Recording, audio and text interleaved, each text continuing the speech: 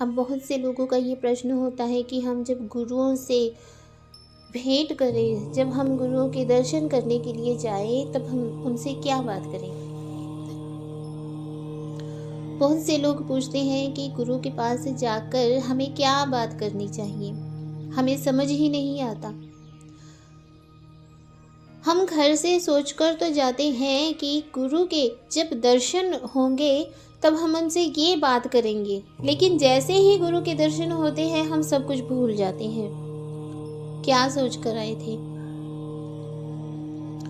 कुछ लोग गुरु शरण में जाते हैं तो अपनी और अपने परिचितों की बात करते हैं। उन्हें आदत होती है बात बात पर गाली निकालने की, गाली निकाल कर बात करने की, और यही वो उनकी जो आदत होती है ये गुरु के समीप बैठे हुए भी झलकती है। जब वो गुरु से बात करते हैं तब बात बात पर उनके मुख से गाली निकल जाती है। अगर वो कंट्रोल भी करते हैं तब भी निकल जाती है, क्योंकि ये उनकी आदत में मौजूद हो चुका है। ये कहाँ तक सही है। भगवत प्रेमियों, जब भी गुरुदेव जी भगवान की शरण में जाएं, एक तो उनके श्री चरणों का दर्शन करके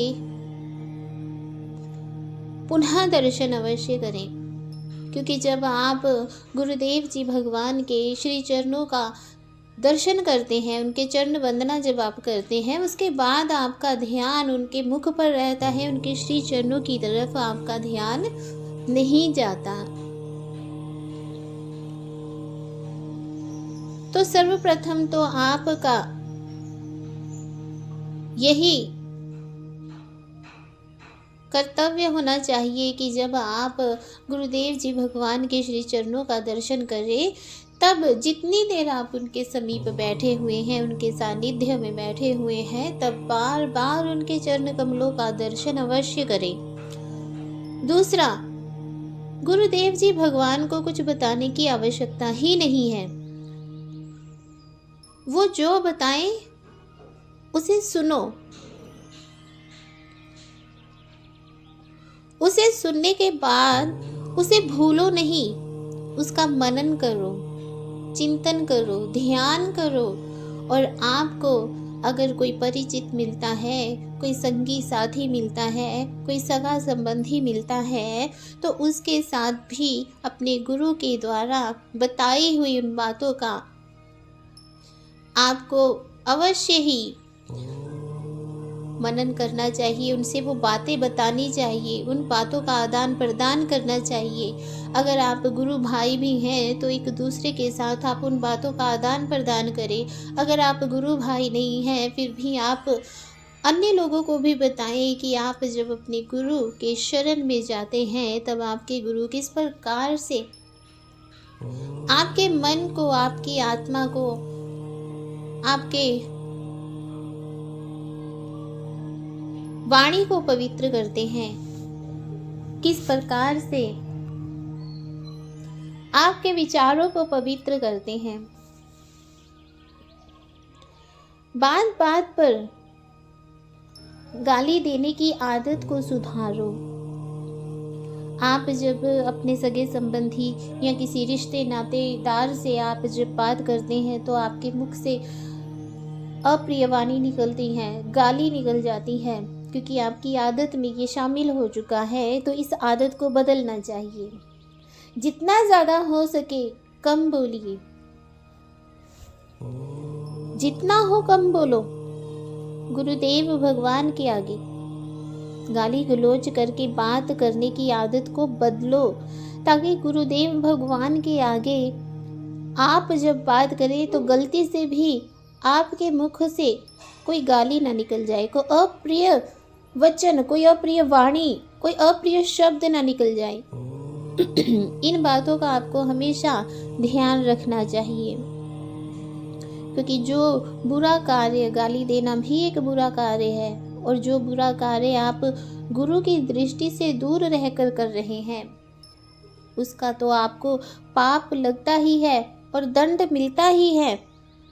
परंतु जो कार्य, जो अप्रिय वाणी आप गुरु के सम्मुख बैठकर बोल रहे हैं, जो गाली गलौज कर रहे हैं, उसका भी पाप आपको कई गुना बढ़कर मिलता है और उसका भी दंड अवश्य करके मिलता है। तो अगर आप गुरु के सानिध्य में बैठकर भी दंड के भागी बन रहे हैं तो इसमें गलती आपकी है, आपको इन गलतियों को सुधारना चाहिए। गुरुदेव जी भगवान कौन है? जो आपकी आत्मा को, आपकी वाणी को, आपके विचारों को, आपकी सोच को पवित्र करें। गुरुदेव जी भगवान के आगे मुख से अप्रिय शब्द ना निकले, इसका ध्यान तभी आप रख पाएंगे जब आप कम बोलेंगे परंतु अच्छा बोलेंगे। जब आप कम बोलेंगे तब आप ज़्यादा सुनेंगे। जब आप कम बोलेंगे तभी तो गुरुदेव जी भगवान आपकी आत्मा को अपने वचनों के द्वारा शुद्ध करेंगे, आपकी आत्मा को शुद्ध करेंगे। तभी आपकी सोच शुद्ध होगी, पवित्र होगी। और जब आपकी सोच शुद्ध होगी, पवित्र होगी, तभी आपके वाणी भी पवित्र होगी। और जब आपकी वाणी पवित्र होगी, आपकी वाणी शुद्ध होगी, तब आप कभी भी अपने मुख से कोई ऐसा शब्द नहीं निकालेंगे जिसकी वजह से किसी दूसरे को कष्ट हो।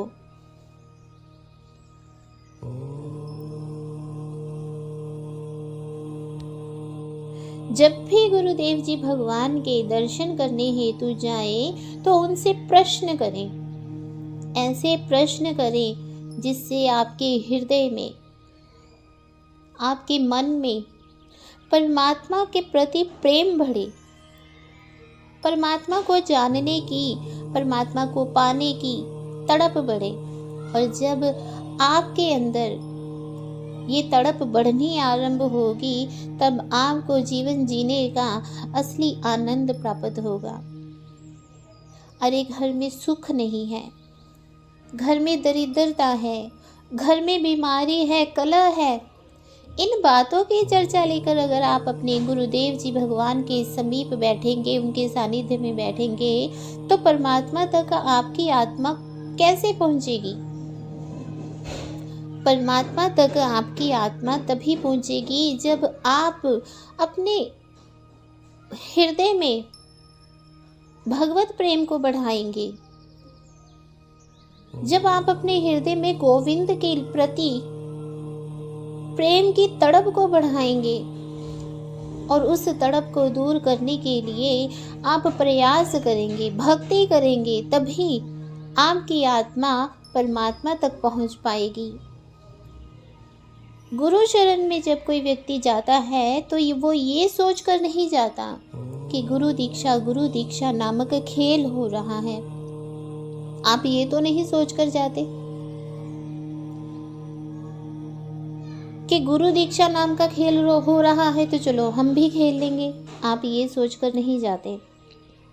दीक्षा तो इसलिए ली जाती है ताकि हमने जो आज तक पापों में जीवन गुजारा, उससे निकलकर भगवान का ध्यान कर सकें, भागवत चिंतन कर सकें, अपनी आत्मा को आवागमन के चक्र से मुक्त कर सकें, संसारिक मोह के बंधनों के पाशों को काट कर भगवत प्रेमी बन सकें।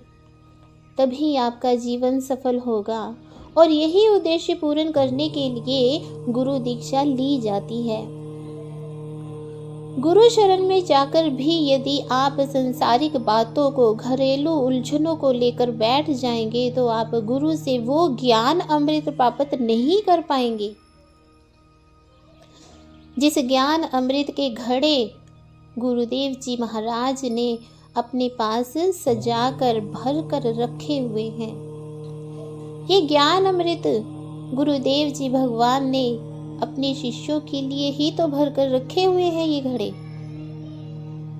भगवत प्रेमियों, इसलिए गुरुदेव जी भगवान के दर्शन करने के लिए जब भी जाएं तो ज्ञान प्राप्त करने का प्रयास करें।